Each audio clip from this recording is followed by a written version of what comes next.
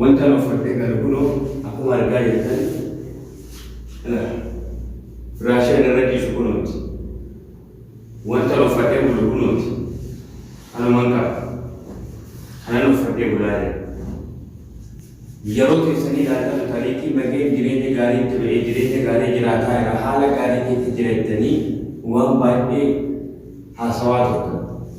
Lakki anuu bakka gaarii hin geenye haala gaarii keessa hin jiru. Osoo mana danda'amee humna danda'ama ta'etti ani Yusuf irraa adda ba'ee ani iyyuu jiraachuu hin danda'u utuu isin natti ni beektu. Osoo haalli naa mijattee jedhe ni beektu. Sababa isaatiin jecha nama biraatiin jecha miti. Anggafa turaa liinaa fi waliin beeku. Ayos ta'e Abdallaas nama kamiyyuu hin beeku ture. Sababa nasii bahee gaara sanatti galee gaara sana keessa deemaa ture. Dhakaa keessa qorra keessa sababnaan bulaa ture. Sababa tokkitti Yusufiif jecha jechuudha. Duraan isa waliin waa wal beeknu. Isa waliin waan wal kabajnu. Akkamitti rakkoo sana hunda qophaa waliin rakkata jedhee gaara sana deemee isa wajjin rakkoo hedduu argee achi isa fudhadhee galle jechuudha. Faayyoos ta'ee Suleeman hundumti keenyayyuu achi keessaa nagaa tasgabboomee galle. Yeroo sana ni beektu Abdallaanis illee tasgabbii argatee haala gaarii keessa jirtu. Akkasitti jechuudha nagaa argannee deebi'ee galle. Ergan galee jedheeti immoo oduu baay'eetu natti himamaa ture jechuudha. Hordoftoota keenya. Isatu quraana hangaaf nu godhee isatu faayyoo takka harka kennatti hin beekne harka kennachiisee akka isheen galtu taasisee isarratti qabsaa'uu qabna jedhanii waan baay'ee haasa'aa turan. Assalaamu alaikum warahmatullahi wabarakatuh. Kabajamtoota hordoftoota fuula chaanaalii kiyyaa nagaan kiyyaatti kabajaa fi jaalalaa sinaan dhaqqabu isiniin jedha. Ijoollee Oromoo bakka jirtan marattuu nagaan koo sinaan dhaqqabu. Nagaan hordoftoota kiyyaa deddeebisee dhaamsi keessan karaa hedduun dhufee jennaanii akkasuma biyyoota adda addaarraa kaan na bilbiltanii, kaan na barreessitanii, kaan sagaleedhaanii Yusuf bira maaliif hin dhaabbanne duraanuu rakkoo baay'ee walii dabarsitanii maaliif jallisteecha kanaa ilaalta jettanii baay'ee tokko natti dubbachaa turtanii. Egaan kabajamtoota kiyyaa jararraa ani ergan adda ba'ee jedheetii ergan jararraa fagaadhee anis haala gaarii keessa jiraadheeti miti yookaan haalli jireenyaa natti toleeti miti. Yeroo baay'ee iji kiyya kun yeroo tokko yoo torbee tokko yoo na dhukkube torbee tokko immoo nagaa argataa akkasuma na gubaa na bo'aa akkuma duraan isinitti himee ture kunoo mana yaalaa deemee waan kana fudhadhee ergan uffadheeti yeroo hedduu kanan fayyadamaa jira jechuudha. Sababni immoo miidiyaa gubbaatti dubbachuu dhiisee fi warri kaleessa nutti roorrisaa turan ammas yoo nutti deebi'anii jedhanii rakkoodha. Gaafa ni Yusufiin biraa deeme immoo ni beektu nagaa argannee hundumti keenya tasgabbiidhaan manatti deebinee jireenya nagaa jiraataa ture jechuudha. Haala gaarii keessa jiraataa ture. Erga namni hundumtuu nagaa ta'ee faayoon illee gaara keessatti irraa hedduu kan nurratti geggeessite rakkoo hedduu kan nurraa ga'aa turte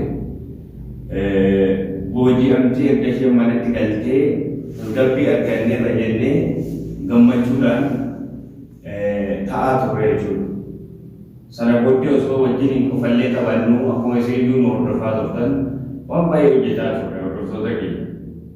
Achumaan nagaa taaneerraa nagaan argameera ijoolleenis tasgabba'aniiru jedheetiin. Egaanii wanta isinitti himu ani jaaladheeti miti.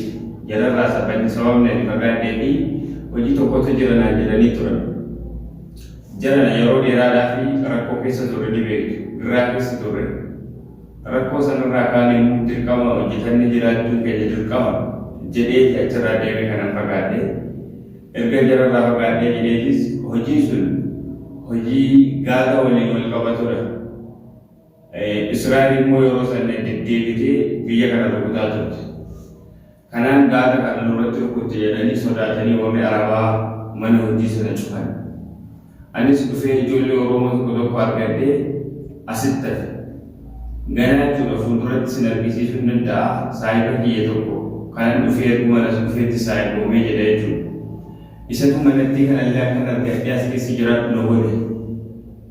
An jaaladhee miti kanan jararraa fagaadha. Asii ka'ee jala biratti deebi'uun adeemsa dheeraa. Konkolaataa na gaafata, baasii na gaafata. Yoo deeme ijoollee rakkoo keessa jirtu kana bira harka duwwaa deemuun natti ulfaata. Dawaa tokko lamallee tuun isaanii bitee deemee dhugaadha.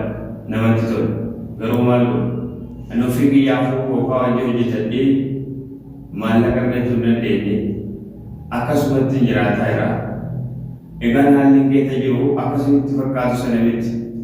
Makkeen ofii isaatti jireenya gaarii ture nagaa argatee tasgabbaa'eetu Yusufiin dagatee maaliif Yusuf bira dhaabbachuu didee maaliif callisaa jettanii waan baay'ee naan dubbataa turtanii jechuudha karaa hedduu. Hordoftoota kiyya isin tarii Yusufin ana caalan jaalatanii turtan. Sababa Yusufiif jecha waa meeqa kan ta'aa ture ni beektu. Sababa Yusufiif jecha gaariitti galee rakkoo hedduu akka dabarsee isinitti ni mul'ata. Taatee angaaraa keessatti ta'e sababa isaatiif jecha ija kootti siiriin namne iji kun irratti dhiiga ta'ee barbareeda ta'e irratti diimatee halkanii guyyaa dhukkubsadhee akkasitti rakkoo hedduu keessa akka ture ni beektu. Erga achirraa deemee leelli jira biraa deemee leelli asitti dawaa hedduu fudhadhee waan baay'ee dabarse. Tariifi amma immoo sababni anjararraa fagaadheef sababa humna dhabuuti. Achirraayyuu gaafan ka'u gargaarsa ijoollee Oromootiin bakka hojiin deema jedhee haga asii dhufe. As dhufee galmee hojii isin ergachi ta'ee wanti kun waan lubbuu namaa galaafatu waan ta'eef waan sodaataniif warri hojii kana waan cufaniidhaaf akkasitti jechuudha. Bakkeetti hafee asii ijoollee Oromoo argadhee ijoollee Oromoo biratti. Kanaani amma akkuma argaa jirtanuu bakka ani jiru kuni bakka silaa deemee naannoon silaa deemee hojii hojjechuuf deemee achi turedha.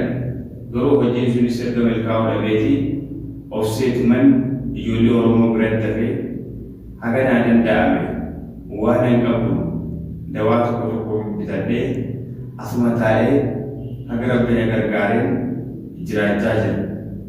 Egaan akkuma beektanuu manni kun mana duwwaadha. Mana hunduu keessa hin jirre kilaasii kun. Kanumayyuu ijoolleen Oromoo na gargaaruu baatanii waan tokko argataa jiru. Akkuma argaa jirtan kun hordoftoota kiyya. Mana kana keessa wanti na qabu tokko hin jiru. Duwwaadha. Raasittii kana kunoo saayiba kiyyatu naa kenne. Mucaa Oromoo as keessa jiraatu tokkotu naa kenne jechuudha. Asuma wallaa kana gala. Wanta na uffattee galu kunoo akkuma argaa jirtan Raashaan irra dhiisu kunuuti. Wanta na uffattee bulu kunuuti. Kanumaan qaba. Kanan uffattee bulaa jira. Yeroo keessanii ilaaltan tariitii mageen jireenya gaarii ture jireenya gaarii jiraataa jira haala gaarii keessa jiraatanii waan baay'ee haasawaa turtan. Lakki anuu bakka gaarii sun geenye haala gaarii keessa hin jiru. Osoo mana danda'amee dhaquun naa danda'ama ta'etti ani Yusuf irraa adda ba'ee ani iyyuu jiraachuu hin danda'u isin natti ni beeku. Osoo haalli naa mijattee jedhe ni beektu. Sababa isaatiif jecha nama biraatiif jecha miti. Angaafa turaa diinaa fayyuu waliin beeku. Faayos ta'e Abdallaas nama kamiyyuu hin beeku ture. Sababa nan asii bahee gaara sanatti galee gaara sana keessa deemaa ture. Dhakaa keessa qorra keessa sababni nan bulaa ture. Sababa tokkitti Yusufiif jecha jechuudha. Duraan isa waliin waa wal beeknu. Isa waliin waan wal kabajnu. Akkamitti rakkoo sana hunda qophaa waliin rakkata jedhee gaara sana deemee isa wajjin rakkoo hedduu argee achi isa fudhadhee galle jechuudha. Faayos ta'ee Suleeman hundumti keenyayyuu achi keessaa nagaa tasgabboonee galle. Yeroo sana ni beektu Abdallaanis illee tasgabbii argatee haala gaarii keessa jirtu. Akkasitti jechuudha nagaa argannee deebi'ee galle. Ergan galee jedheeti immoo oduu baay'eetu natti himamaa ture jechuudha. Hordoftoota keenya. Isatu quraana hangaafnu godhee isatu faayoo takka harka kennattee hin beekne harka kennachiisee akka isheen galtu taasisee isarratti qabsaa'uu qabna jedhanii waan baay'ee haasa'aa turan. Kana hundumaa gaafa jechuudha natti himanii jedhanii ani callisee ijoollee nagaatti jedhee Yuusufaa bira deeme. Asitti immoo ta'anii ka'anii narratti xiyyeeffatanii yoo rakkoo tokko narraan ga'anii jedhanii boru dhaqqaba. Isa jedhuufan achi keessaa adeeme jechuudha. Erga adeeme jedheetis immoo kan yaadetti hundi hunduu naaf milkaa'uu dide. Amma jechuudha as keessatti dhiyoonni koo yeroo namoonni hedduu yeroo naaf bilbiltan as keessa taa'ee bilbila isinirraa kaasuullee nan saalta. Yeroo viidiyoo tokko bira deemu carraa yeroo argadhu mana jalaa yoo jiradhe kaasuun natti ulfaata. Maaliif as keessa taa'ee mana duwwaa mana qonaa kana keessa taa'ee anayyuu dirqama na teesse. Isin immoo na waliin rakkoo kana arguun qabdan dhaleetan uffadha yeroo hedduu. Malee haala gaarii keessa jiraadheetu miti. Ammas immoo yoo nuti as keessa jiru viidiyoo waraabe as keessattis immoo tarii na hordofanii akkuma kaleessaa tarii rakkoon irraan ga'uu danda'u rakkoo kana irratti jedheetan callisee kophaa jiraachaa ture jechuudha. Kaleessa faa namoonni hedduun keessattuu maaloo magee rabbi jedhiitti Yuusufin bira dhaabbata. Maaloo magee maaliif Yuusuf irraa fagaatte maaliif garaa jabaatte maaliif akkas taate jettanii waan baay'ee haasawaa turtan.